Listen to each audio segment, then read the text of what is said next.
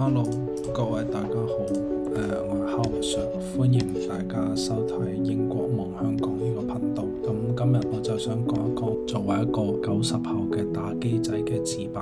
我會講我有我第一隻 game 叫做龍族咁樣玩，同埋最近仲有冇玩啲咩 game。有一個越南嘅網友就叫我整多啲遊戲機嘅影片，咁我而家就嚟整啦。咁首先就係我想回顧一下我嘅經歷啦。電腦嗰陣時仲係好細個，8歲嗰陣咧，仲係一部好大部嘅電腦啦。咁就用緊磁碟嘅時代啦。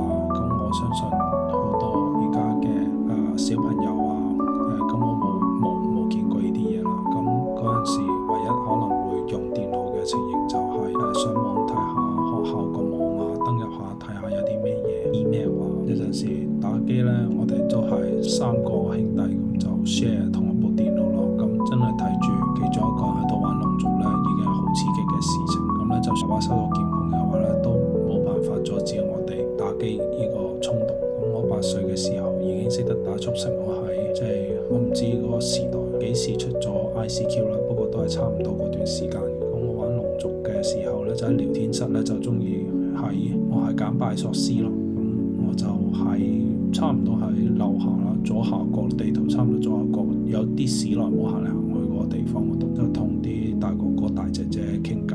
我同佢講我8歲，佢哋唔係太信，我打字好快又成日串嘴咁樣。咁我記得呢嗰陣時呢，仲有聽到話鄭伊健都喺度玩緊呢隻 game，咁我都有親眼見過佢係戰神嚟嘅，戰神嘅 level。講起電腦仲有啲咩 tiny game 玩呢？咁就小朋友齊打交2啦，都幾好玩嘅。我因為我比較玩開 MMORPG，所以呢一個就即係交代個歷程咯。即係你話呢個都係一個童年嘅回憶啦。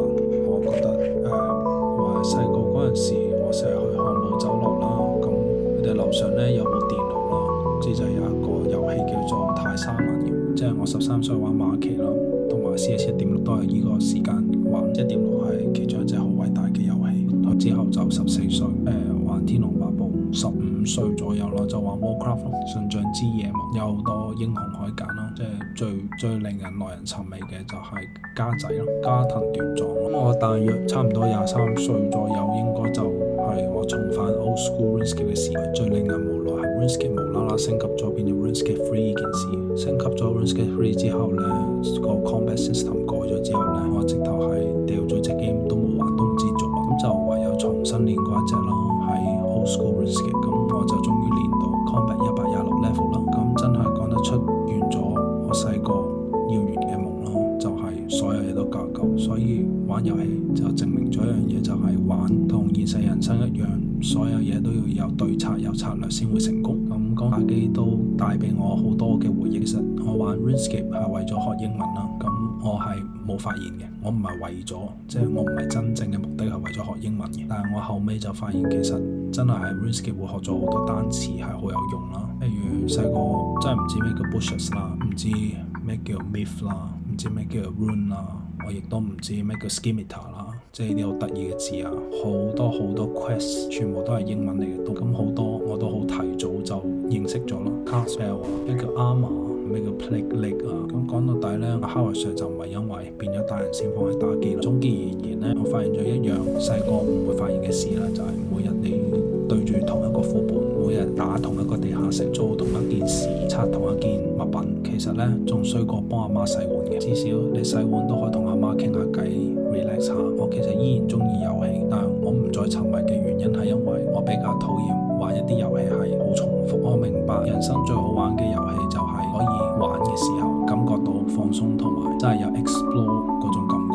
即係如果你已經好熟悉嗰件事嘅時候，你就唔會再體會到有進一步進化嘅感覺。又或者你已經預知到入邊係有啲咩嘢嘅話，你就唔會想再做同一件事啦。咁總結下，我而家最近有冇想玩啲咩遊戲？其實我一直都想玩 Minecraft。咁講翻 RuneScape 啦，我點解可以練到126呢？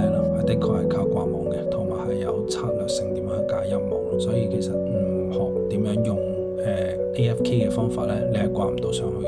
又或者你賺咗嘅錢，你就要諗下點樣揼錢去買翻啲時間翻嚟。有啲 skills 係你唔可以唔俾錢嘅，譬如 prayer， 點樣練 prayer？prayer 係最使錢之一嘅技能。我記得喺最早期 RuneScape 出現咗 Grand Exchange 嘅時候，我都係最早期嗰批，識得去買一啲 Abyssal Web，以低價入手，第二日就高價賣出去，從而令到我賺咗第一桶金咯。但係呢招我教咗我哥哥之後，我就用唔到，因為即係多人做咗呢個動作你就做唔到咯。咁我條水路就斷咗。然後呢，我亦都學識咗一個玩嘅方法，就喺呢個 Alchemist 嘅 Playground 入邊，唔需要用錢，亦都可以升呢一個嘅 Magic Level。不過其實係好嘥時間，但係正當我識用一個免費嘅方法去練我嘅 Magic，咁我都嚇到我哥哥，佢好驚。點解我會係咁升啲 Magic Level 上去？佢知道升 Magic Level 好麻煩、好難嘅事，但係佢就唔知點解我可以冇錢都可以做到。不過其實呢個方法都冇 effective 啦，但係好有趣咯，即係識用呢個方法真係都幾好玩。咁後尾就冇再炒賣啲咩嘢啦，即係冇喺 Grand Exchange 嗰度賺啲咩錢。最穩定其實始終都係去慢慢一粒一粒 Rune Oil 去掘出嚟，同埋有啲咩嘢你就要做嗰啲 quest 去賺翻嗰啲嘅 quest 嘅 reward 啦。當你做嘅 quest 越多嘅話，即係你會多好多途徑去賺錢。咁嗰陣時一邊去練 skill 咯，一邊去試下點樣可以更加有效率去玩。咁就其實但係就好急咯，冇好 enjoy 隻 game 咯，都係解 quest，未必話真係完全知道入邊劇情嘅內容。所以如果俾我再嚟多次，即係有時間打機嘅話，我試下用廣東話去演繹一下 RuneScape 嘅從頭，由呢個3 level 開始，由新手村嗰度慢慢去睇嗰啲劇情。到時我就會擺喺我嘅 YouTube channel 度。各位睇呢條片嘅朋友，有冇90後要分享下自己玩過啲咩 game 呢？咁歡迎留言話俾我知。咁未 subscribe 我嘅 channel 嘅觀眾，記得 subscribe 我嘅 channel。咁我哋下次再見。